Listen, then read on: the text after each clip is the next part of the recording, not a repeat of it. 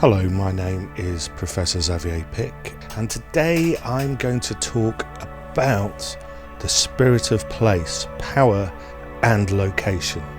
And I'm asking myself, what defines a place? What is it that makes somewhere what it is? We all come from a location that we call home.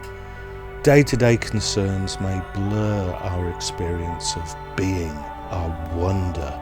What may be just ordinary to us is truly exotic and powerful to others. But as artists and designers, our mission is to transform the mundane and nurture our unique voice to find poetic ways of expressing things, to show the magic in that which is overlooked. And through this process, we too are transformed to a higher level of awareness in the present tense.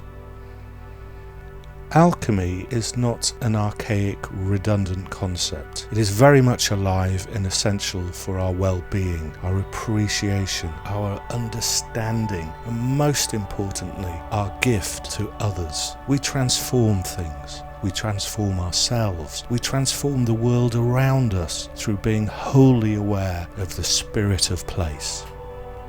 I have spent a career exploring and walking and drawing to see.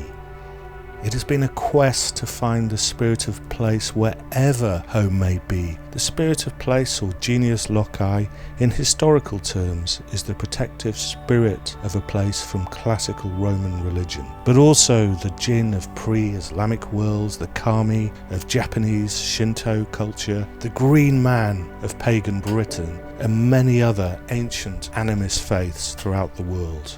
But it's a word that's been adopted by 19th century poet artists, the Romantics. It was part of a greater need to re-enchant the landscape, already transforming rapidly with industrialization. William Blake, Turner, Samuel Palmer, to name but a few, idealized the mystery and the ethereal, with references to layers of history and meaning in the landscape. Blake particularly visualized Albion, a new spiritual utopia, where nature, the ancients and man live as one, resonating with the place. The symbols and motifs of these artists are archetypes. As old as the earliest mark makers and sculptors, they are the circle, the spiral, the monolith, the tree.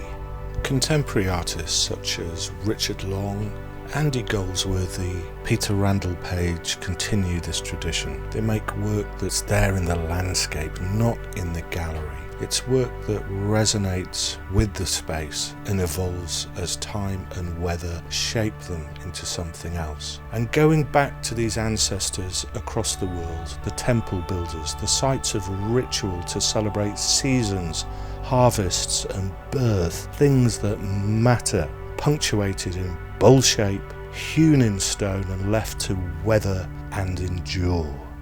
They lie on ley lines traversing the globe, connecting all of us in the shared humanity of wonder. They are constants when everything else isn't. Our beautiful brains have their limitations and have evolved dreams and other strategies to make sense of everything. And the psychologist Carl Jung, in his book Man and His Symbols, talks of these ideas, these primitive myths and the archetype motifs of our unconscious, defense mechanisms of the mind to make up stories wishing ourselves as heroes. In a nutshell, we have an innate need for symbols of transcendence. Yet, as Carl Jung said, despite our proud claim to dominate nature, we are still its victims because we have not yet learned to dominate ourselves. It is this act of transforming a space and being transformed that's essential to human nature. Personally, I love ancient places and ruins, not those labelled and caged behind fence and signpost, the ones we stumble across, we discover. These are places of the imagination. We are not dictated by the text of an exhibition or museum. We make our own narratives earlier epochs connected to the heavens, to those celestial bodies orbiting our planet.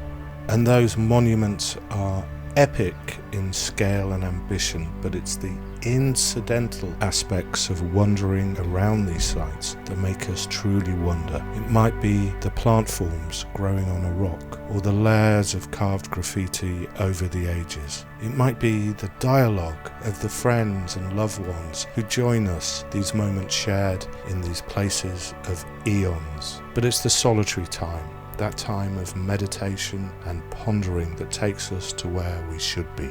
To access this realm of magic is simple for artists and designers too. It's found in the tools of our trade, the sketchbook and materials to draw, write and paint, as the symbols of a spiritual place are archetypes and universal, and so we consider our being through drawing, making words as drawing too. This is the key to transformation. And as we do this practice, following and growing from the tradition of all those before us, we can elevate those mundane places and things to the same majestic glory that was there all along in our psyche.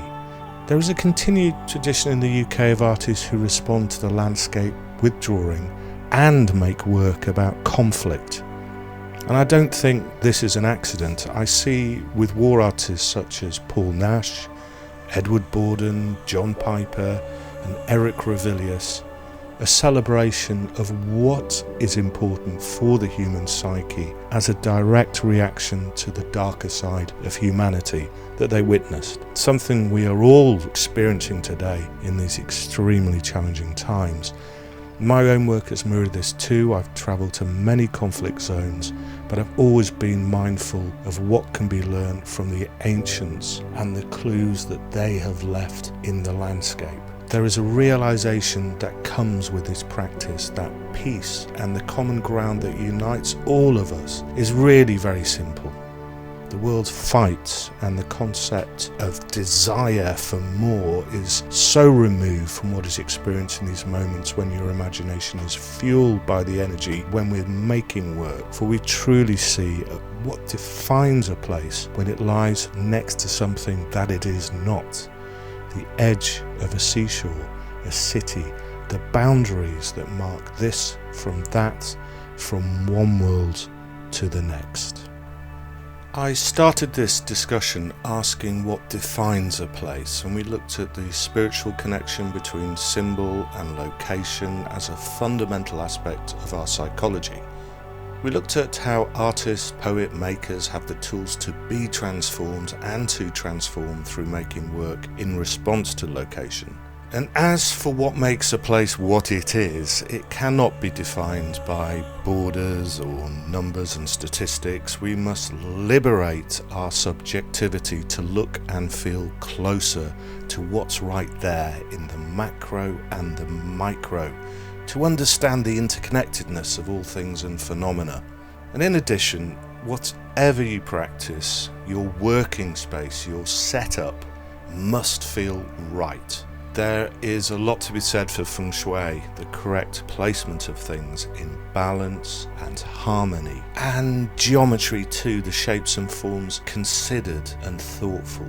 Thank you so much for listening to this very personal talk, and just to conclude, probably the most important thing to consider regarding the spirit of place, there are no magical entities inhabiting places, but the true magic lies in your creative mind, the unlimited possibilities of your imagination, a curious mind enriched by travel, learning, and by exploring both near and far. And to disseminate this experience and make new work, the power of location is also found in what is not there.